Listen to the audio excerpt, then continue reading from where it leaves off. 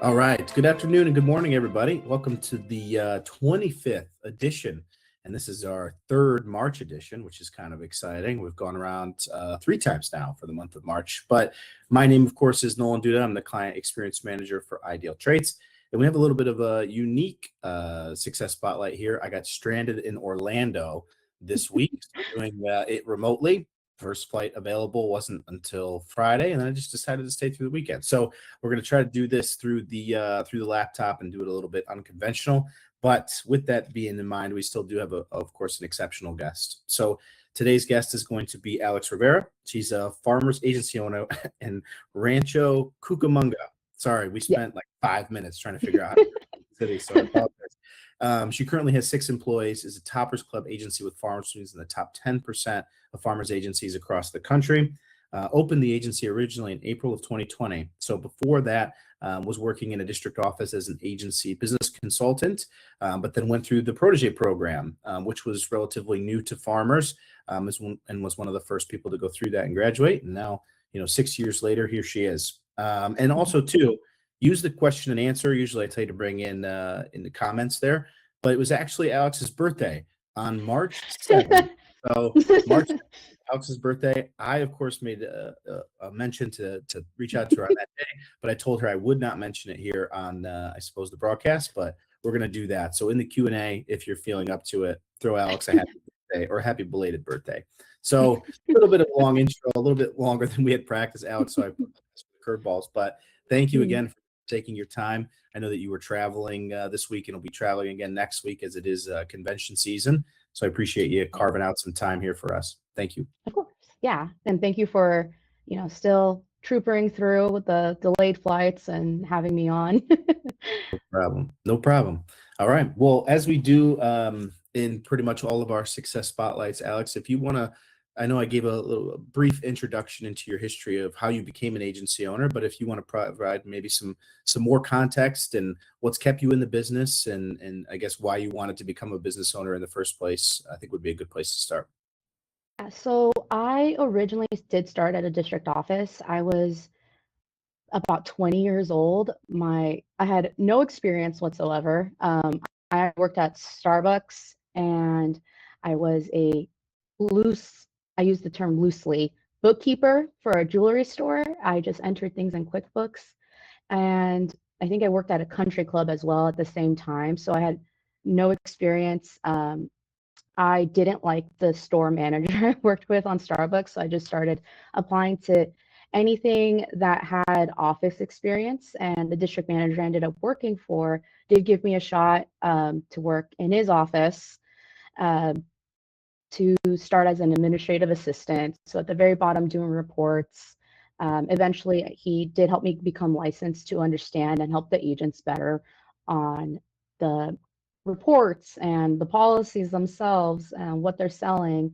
And then eventually, we did come out with the protege program for existing staff. And I did have to go work for an agent at that time. And I guess fast forward, breezed through the protege program and became an agent April 1st of 2020, not knowing yet what has happened. I had signed my contract in February, not knowing that our state was going to shut down. So it was a big pivot. Everything that I believed wanted to go in, my business plan and everything had to be changed within about 2 weeks.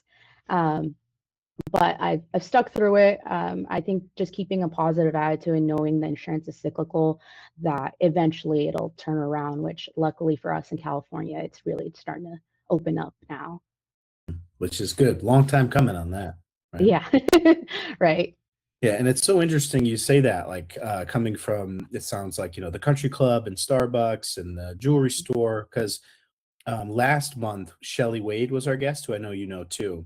And her story is interesting of how she got into insurance as well, because she got into a car accident and then it was with I think it was with an insurance agent who she got into a car accident with and ended up then working for his agency, and he helped her get licensed. So it's so interesting for me to hear those things because, of course, you both are, incredibly accomplished in what you've been able to do since, joining the industry. And it's like, if those people that originally had, I suppose, hired you or taken a chance on you wouldn't have Mm. done so just because you maybe didn't have direct insurance experience. It would have been a Yeah. complete loss for them. You know what I'm saying? So Right. I bring that up because, a lot of times in insurance, it's like, well, I need somebody who's specifically licensed, right? Mhm. Or I need somebody with this set of experience. But, the last two Success Spotlight guests, for those of you that are listening, are direct proof that you don't, right? As long as they have the skills necessary, and a good way for you to find that out is through the Ideal Traits assessment. So Yeah. sorry for that little sidebar. But Tom Brightfeller did say happy birthday. So he came in with the question. We appreciate that. Anybody else too that wants to hop in? I know Corey's probably typing his messages as we speak now, but I appreciate the clarity that you provided, Alex. And usually, the first thing I like to ask after that is, you've gone from opening to now having 6 employees, and something like that doesn't happen overnight, because it's hard to keep and maintain even a staff of 6, sometimes smaller than that, and of course larger than that too. But as you throughout the last 5 to 6 years, how did you know when it was the right time to bring on new staff? Um, for me, I should have a better system and be more proactive about it. Sure. I've heard some of the other agent success spotlights, and I'm like, oh, that's a great idea. So I'm actually just onboarding one to yesterday. He started yesterday, and it was just a need of, I have too many leads. I have 2 marketers, and they have nobody to transfer it to because the other 2 producers are already on the line, and they're missed opportunities. And as well, for specifically in this time, is I needed a Spanish speaker as well, and we're missing. For me now, I'm like, oh, we're missing these transfers. We're missing the opportunity for the Spanish speakers. I don't have any Spanish speaking producers up until yesterday. Um, and the same thing goes on the service. On the service side, because I keep it as a department. So service does service, sales does sales. If I'm noticing she's doing the same amount of tasks every day, but there's still a lot of tasks left over, that's when I would probably bring on another one, because it's overwhelming for her with how many more service needs are needed. I understand. And I'm imagining that you mentioned, sort of needing to improve that system, because it seems as if it reaches a point to where she's overwhelmed and then you start to hire, right? Right. So Right. um, I would imagine your adjustment in that is to be like, how can I forecast this before it gets to this point, right? Exactly. Which makes a lot of sense, right? I know that hiring and proactively hiring have become hot button issues within the recruiting space in today's Yeah. world, because it's so hard to find good people, right? Which is even what brings us here today. And it's great to hear Hmm. that you were able to onboard someone yesterday. But it is such a tough cookie to crack, and I'm glad that you've tuned into past episodes and been able to take some stuff from that. So Yeah. super cool. So you create the job ad, and of course, as I had mentioned, sort of standing out in today's, I guess, sea of a bunch of job ads that are posted on Indeed or ZipRecruiter or what have you. Mhm. Is there anything in particular that you do to help your job ad stand out? Any type of unique comp plan, benefits, or do you generally just try to focus on a compelling job description? I try to keep it as bare bones to the point as possible. I don't like the fluff, um, the filler words in there, just because I want the job to be what the job is, for them to apply Yeah, and know what the expectations are going to be. When my office is not a walk-in office, there's not going to be people coming in every day. You're on the phones, especially for the producers. I'm not in an area where people come in to pay their bills or to get a policy or get an ID card. sure. Um, and then to get more eyes on it, if it's a remote producer position, I will sponsor it. But if it's local, then I don't sponsor it. Or if I really have a need for it, I will sponsor as well. Understand. And So that's how just I get more eyes. perfect. Just to clarify there. So if it's remote, you do sponsor, and if it's in office, you don't, or were those backwards? No, that's correct. That's correct. Yeah. Oh, interesting. Okay. So you Yeah. feel as if from a local standpoint, you're getting enough candidates, but then in a remote one, you're looking to broadcast it even more. Right. Correct. Interesting. Yeah. Okay. Very cool. Yeah, I think a lot of people see it the other way, but I mean, again, it's different for everyone, right? And it depends on what you're looking for. Yeah. But a lot of people, especially even on this call today, they have in-office job ad posted, and they may not be receiving applications, right? To Yeah. where a sponsorship would be a good thing to do in order to boost their applicant count. But then if they were to go post remotely, they would get significantly more. So it's just interesting to hear the adverse of that, right? But Right. I don't think there's a right or wrong way to do it. As long as you're getting applicants and are able to hire people, that's really what matters, right? Yeah, and that's just kind of what's worked for me in my area. Yeah. I'm in a big warehouse distribution area, so Okay. I'm not competing against other offices, but I'm Mm, competing against the Amazons, UPSs of the world. yeah, tough one. Yeah. Rancho Cucamonga.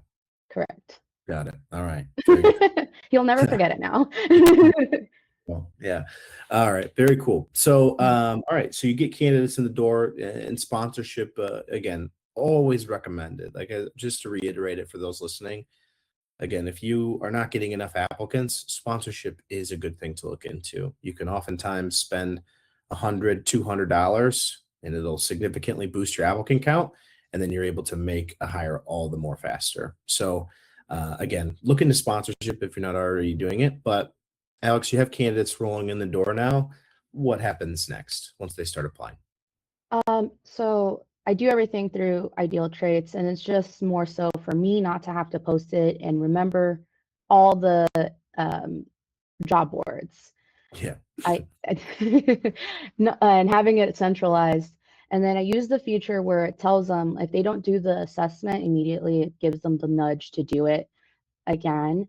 If they and then it's a little different if I do for remote. For remote, I make them do the video spotlight because you do get a lot more applicants, and so I need to weed out a lot of them. Mhm. Um, but it's using like the automations and having everything in the background working so that I'm not spending a job as a recruiter when I need to train my staff that are here. But yeah, so using the text, emails, if they haven't done it. If there is a resume that stands out, then I will nudge them, or my CSR will not nudge them like, hey, yeah, we're really interested, but do you mind doing the assessment? Yeah. Yeah.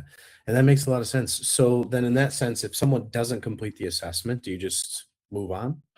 Yeah, Or because of course you're communicating with them, right? Sending them the email, the text, sometimes calling if you need to, if you really like someone. So then if yeah. someone doesn't complete the assessment, it's just archive. See you Yeah, and I worked with my current district office a lot too, and to the point where their recruiter knows if they send me over somebody, a candidate, if they don't attach the ideal traits assessment that they have, my next email is, where is their ideal traits assessment? Because I do use their personalities to know if they're going to be a good fit in the agency for what I need, and then if we mesh well too. Mhm. All right. Any preference on what type of ideal traits personality that you're looking to see?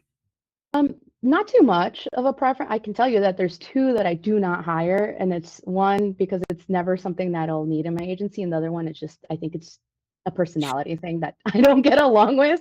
Sure. Um, but I don't look for anything specific. For me, I just use the little like help tabs where it tells you this is going to be their weaknesses. And Mhm. so prior to the interview is I have the questions prepared for their personality on like, okay, if it's like a closer, right?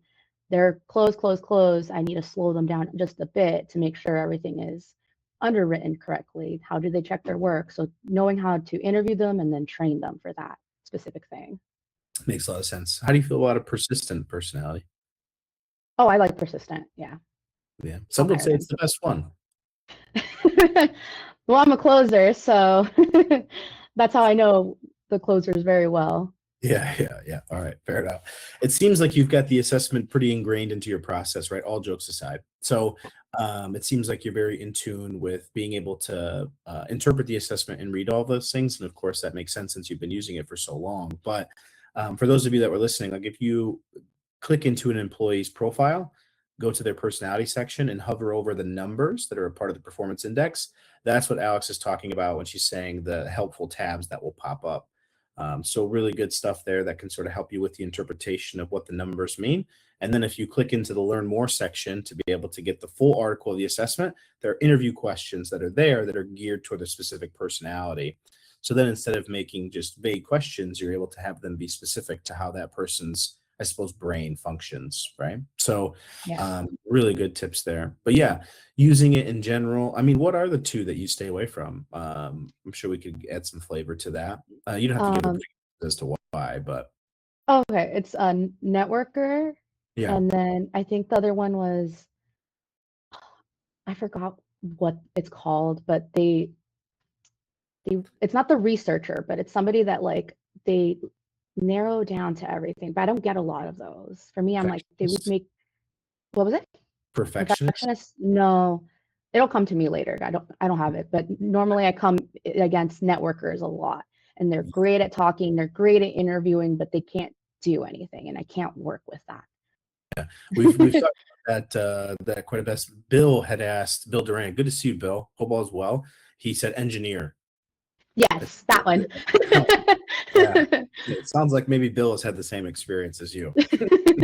Uh, but yes, yeah, engineers, you don't see them all that often. It's one of the more rare ideal traits personalities, so they Yeah, I shouldn't think be they would popping too often. yeah, I think they're great at like maybe being a back end Mhm. underwriter software, but it's just in insurance, I can't find a role for them.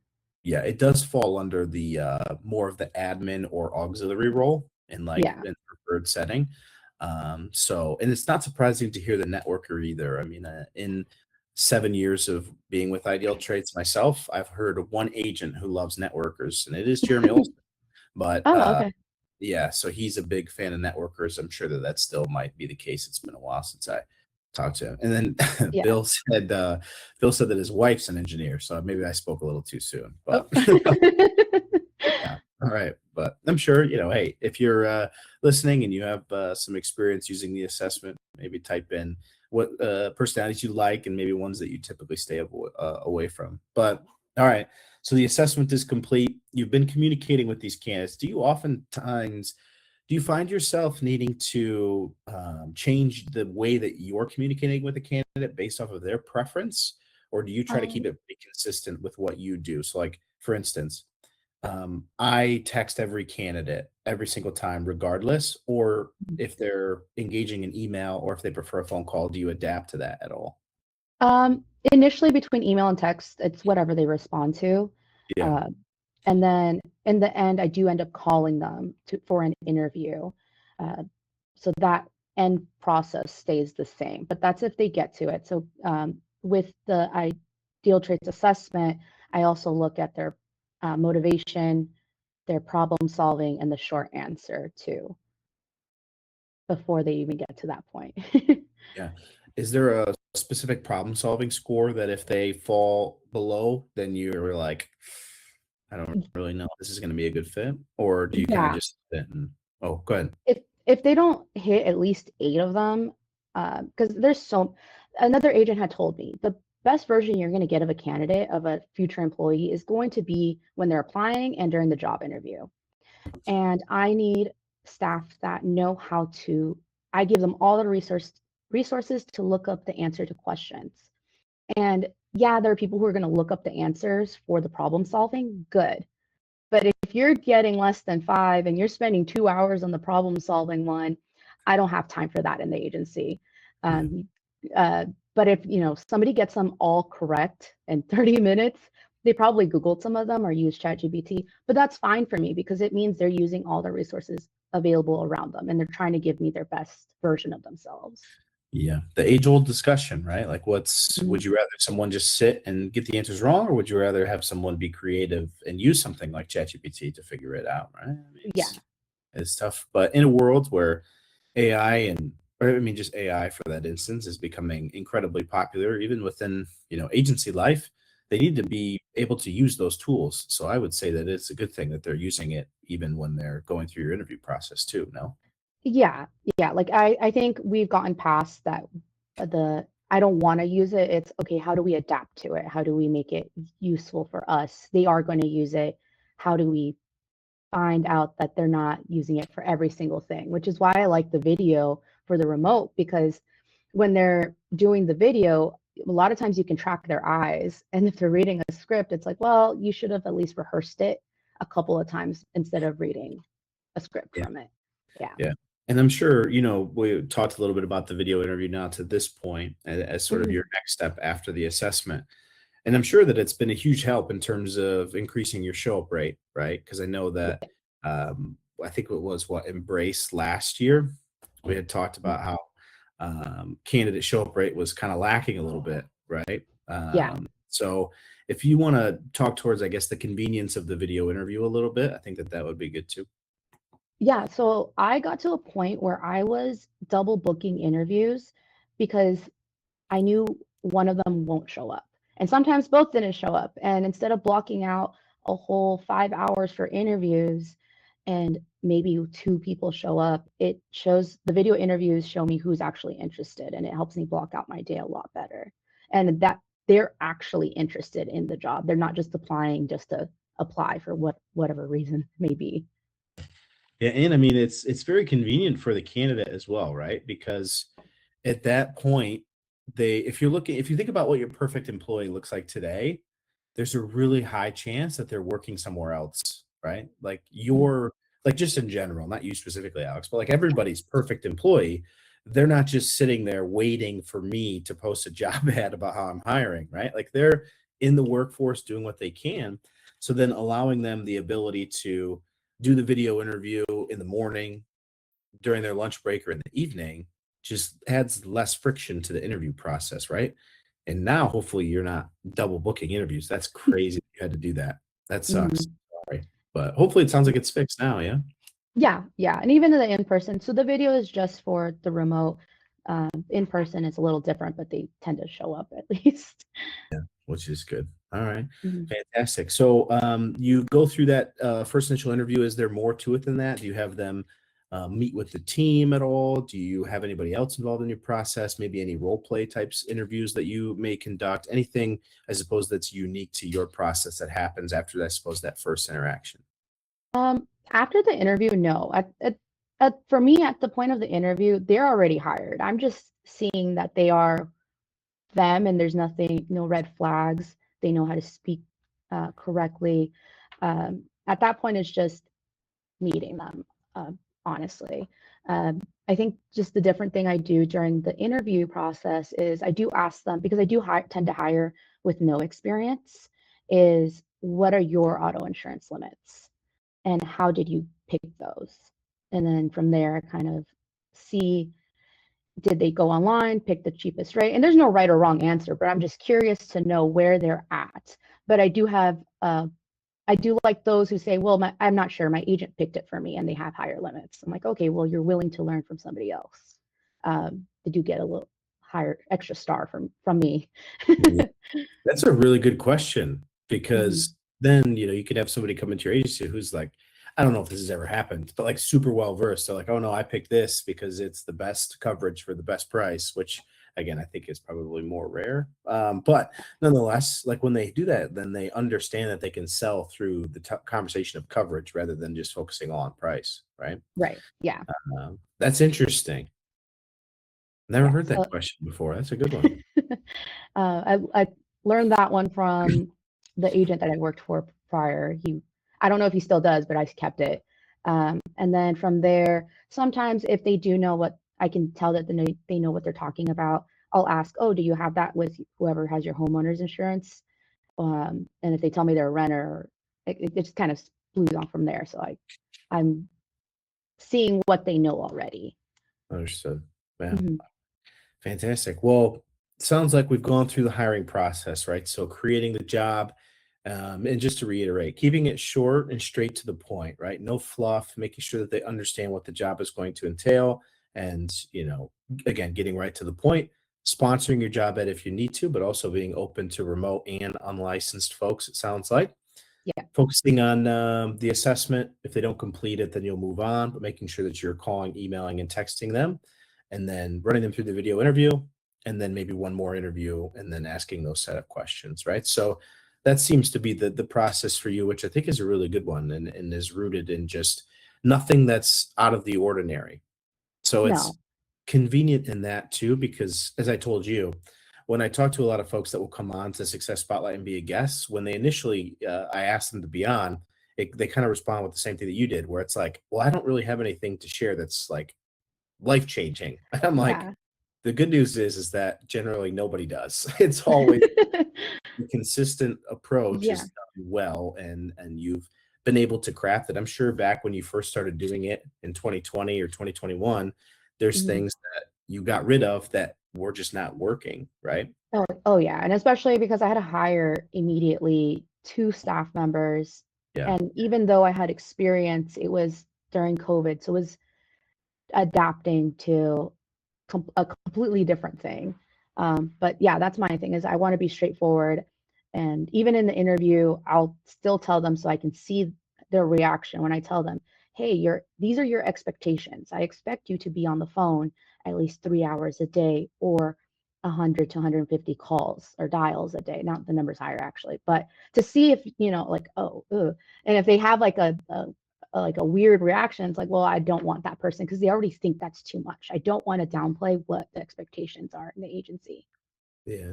Transparency, incredibly important, right? To Hmm. make sure that, I mean, quite frankly, it's going to go into our next subject, which is retaining people, right? But we just sit in this for just a second, right? Like if you tell someone, oh, 50 to 100 calls, no problem, this will be easy, right? And they come Yeah. in, and it's like 150 to 200, and it could be perceived as difficult to them. I mean, Hmm. you're going to lose that person very, very quickly. It's going to cost Yeah. you money, right? It's just going to waste your time and money. Correct. Yeah. Yeah. All right. Okay. And then once you do have somebody hired on, I mean, what happens next in that point? Because again, as we just mentioned, hiring good people is one thing, keeping them is another, right? So, Right. onboarding wise, are you very involved in the onboarding process for your new employees? Do you have the team effort in that sense? How does that typically work for you? I am very hands-on in the onboarding. There are some things where I'll have like my CSR jump in or one of the more experienced producers help out. Like if they're doing a live quote with a carrier that I don't touch too often, like, hey, listen into this call, hear what they're saying, how it's done. I do sometimes prefer remote because instead of standing over their shoulder the whole time, I can watch their screen and listen to them live, and it's a little easier versus hovering. Um, and for me, it makes the process a lot easier uh, to go through. But I'm very, very involved on uh, training them. Yeah. Do you, in addition to that, and I think it's great that you're super involved, do you have any like training companies that you'll go through that will help with this too as well, maybe once they get onboarded? Any, I know, we've talked about RPOA or insurance sales labs before here.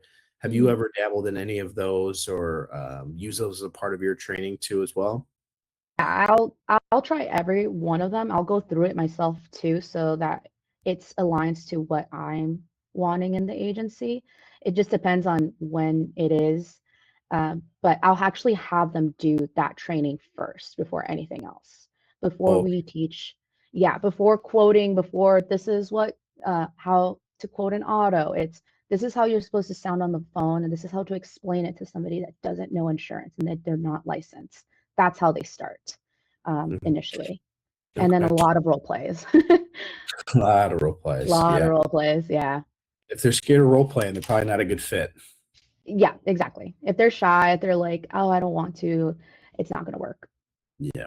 Yeah. Mhm. It's, I think a common thing within a lot of sales positions, at least, right? Yeah, Where role play, and exactly. even in support, right, with the cross selling and upselling, but Hmm. incredibly important. All right, very Hmm. good. Well, Alex, we're kind of getting to the near the end here. So, the last question that I ask every Success Spotlight guest is, tell me the one thing that you would recommend that someone, if they're not already doing it, has to start doing within their recruiting process. So, I know that we covered a number of different subjects here, but for you, what is like the cornerstone of your recruiting process, something that you recommend everyone should start doing today?